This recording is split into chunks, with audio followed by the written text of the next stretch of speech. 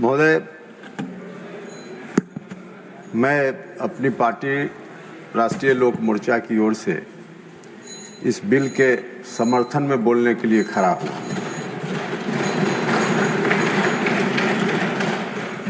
अब सुबह से बैठे बैठे तारीख भी बदल गई। जितनी बात सोच कर आया था, विपक्ष के लोगों के द्वारा इतनी बातें कुतर्क के रूप में प्रस्तुत की गई सदन में कि मेरे मस्तिष्क से भी जितनी बात मैं सोच कर आया था, अधिकांश बातें निकल गई।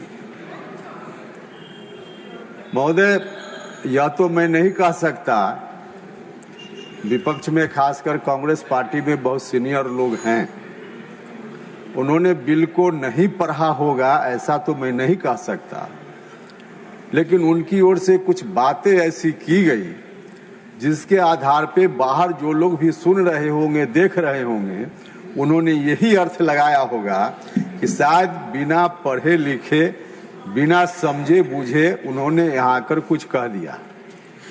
अब एक माननीय सदस्य हैं कांग्रेस पार्टी के, बहुत सीनियर सदस्य हैं और कानून के भी बहुत बड़े जानकार हैं, ऐसा कहा जाता है। और उन्होंने कहा कि बिल में ऐसा प्रावधान किया जा रहा है कि अब हिंदुओं का बहुमत हो जाएगा उसमें और मुसलमान भाई अल्पमत में आ जाएंगे। अब जबकि माननीय मंत्री किरण रिजिजू साहब ने शुरुआत में ही बोलते हुए स्थिति स्पष्ट की और उन्होंने कहा, यदि मुझको ठीक ठीक याद है तो उन्होंने यह कहा कि जो वक्फ बोर्ड होगा उसमें not more than 3 members including ex officio member, 3 से ज्यादा गैर मुसलमान नहीं होंगे। उन्होंने परिषद काउंसिल के बारे में कहा कि इसमें not more than 4 including ex officio member गैर मुसलमान नहीं होंगे। अब उसके बावजूद कोई माननीय सदस्य अगर यह कहते हो सदन में कि इसमें बहुमत हो जाएगा जो गैर मुस्लिम हैं, तो अब इसको क्या समझा जा सकता है महोदय? कब तक देश को गुमराह करते रहिएगा? यही करते करते तो कहां से कहां चले आए। अब हम नहीं चर्चा करेंगे कि महाराष्ट्र से कहां चले गए, हरियाणा से कहां चले गए, दिल्ली से कहां चले गए, अब बिहार से भी तो गए हुए हैं ही, आगे भी उसी स्थिति में आप रहेंगे। महोदय, अब विपक्ष में होने का यह मतलब नहीं है कि सरकार कोई अच्छा भी काम करे तो आप उसका विरोध कीजिए। सरकार कभी अच्छा काम करे तो पीठ भी थपथपाने का काम कीजिए। अभी एक माननीय विपक्ष के नेता ने बहुत अच्छा सुझाव दिया, मैं भी उस सुझाव का समर्थन करता हूं। बोध गया टेम्पल जो एक्ट है, उस एक्ट के तहत जो व्यवस्था, उस व्यवस्था में बदलाव करने की उन्होंने बात कही। लेकिन साथ ही साथ मैं उनसे जानना भी चाहता हूं, अब इस बिल में गैर मुसलमान कुछ सदस्यों के लाने की बात हो रही है, तब उस पर इनका गंभीर ऐतराज है। और जो गया बोध गया टेम्पल एक्ट है, वह टेम्पल एक्ट कब आया था? 1953 में, आजादी के बाद 1953 से वह एक्ट प्रभावी है।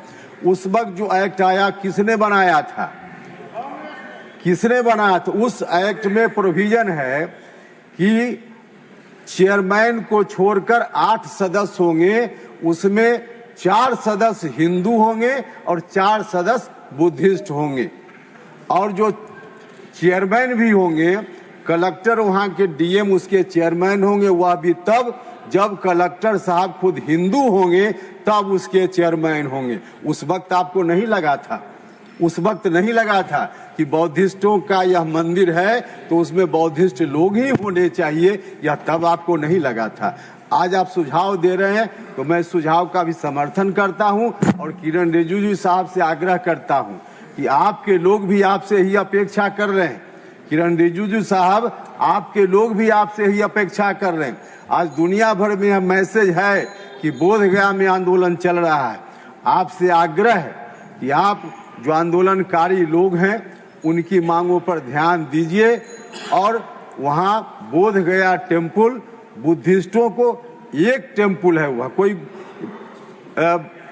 वक्फ की तरह पूरे देश भर में उसका फैलाव, और जिस टेम्पल के बारे में डिमांड है वह सिर्फ एक टेम्पल के बारे में, और उस टेम्पल से पूरे देश की पहचान बनती है। तो उसमें निश्चित रूप से मैं भी आपसे अपनी पार्टी की ओर से आग्रह करना चाहता हूं कि बुद्धिस्टों को सौंप दीजिए ताकि उस टेम्पल के प्रबंधन का काम बुद्धिस्ट लोग अपने हिसाब से कर पाएं। महोदय, विपक्ष के लोग जो सरकार ने कहा कि किन कारणों से हम यह बिल ला रहे हैं, उन कारणों पर चर्चा इन लोगों ने बहुत ही कम किया है। उन कारणों, आखिर सरकार जो कह रही है कि क्या क्या कारण है जिसके चलते हम बिल ला रहे हैं, ठीक है, सरकार की बात पर आपको भरोसा हो न हो, लेकिन आप ही के द्वारा बनाई गई सच्चर कमेटी थी, जिस कमेटी ने 2006 में रिपोर्ट दी, उस कमेटी ने क्या कहा? उस कमेटी ने वक्फ के बारे में कहा, बोर्ड के बारे में कहा कि वक्फ में जो काम करने का प्रबंधन का तौर तरीका है वह बिल्कुल अपारदर्शी है, उसमें पारदर्शिता की जरूरत है। कहा कि नहीं कहा? उसने कहा कि भ्रष्टाचार हो रहा है। अब भ्रष्टाचार हो रहा है कि नहीं हो रहा है, आप बताइए। उसने कहा कि इसमें कुछ लोगों का निजी कब्जा है, जो संपत्ति है उस संपत्ति का उपयोग जिस काम के लिए लोगों ने डोनेट किया उस काम में नहीं हो रहा है, उस संपत्ति का उपयोग कुछ लोग अतिक्रमण करके निजी काम में उसका उपयोग कर रहे हैं। उस कमेटी ने जो कहा, सरकार ने वही कहा है। सरकार ने अपनी ओर से कुछ नहीं कहा, सरकार ने वही कहा कि यही कारण है जिस कारण से इस बिल को हम ला रहे हैं। तो इस कारण से जब बिल सरकार ला रही है, उन कारणों को दूर करना चाहिए कि नहीं दूर करना चाहिए? अगर दूर करना है तो इस बिल का समर्थन करना चाहिए। मैं विपक्ष के लोगों से भी आग्रह करना चाहता हूं और इसलिए मैं पूरे सदन के सभी लोगों से कहना चाहता हूं, ऐतिहासिक क्षण है। इस क्षण में आप इधर उधर की बात नहीं, सब लोग मिलकर के एक साथ इस बिल का समर्थन कर दीजिए ताकि हम लोगों का थोड़ा और समय बच जाए।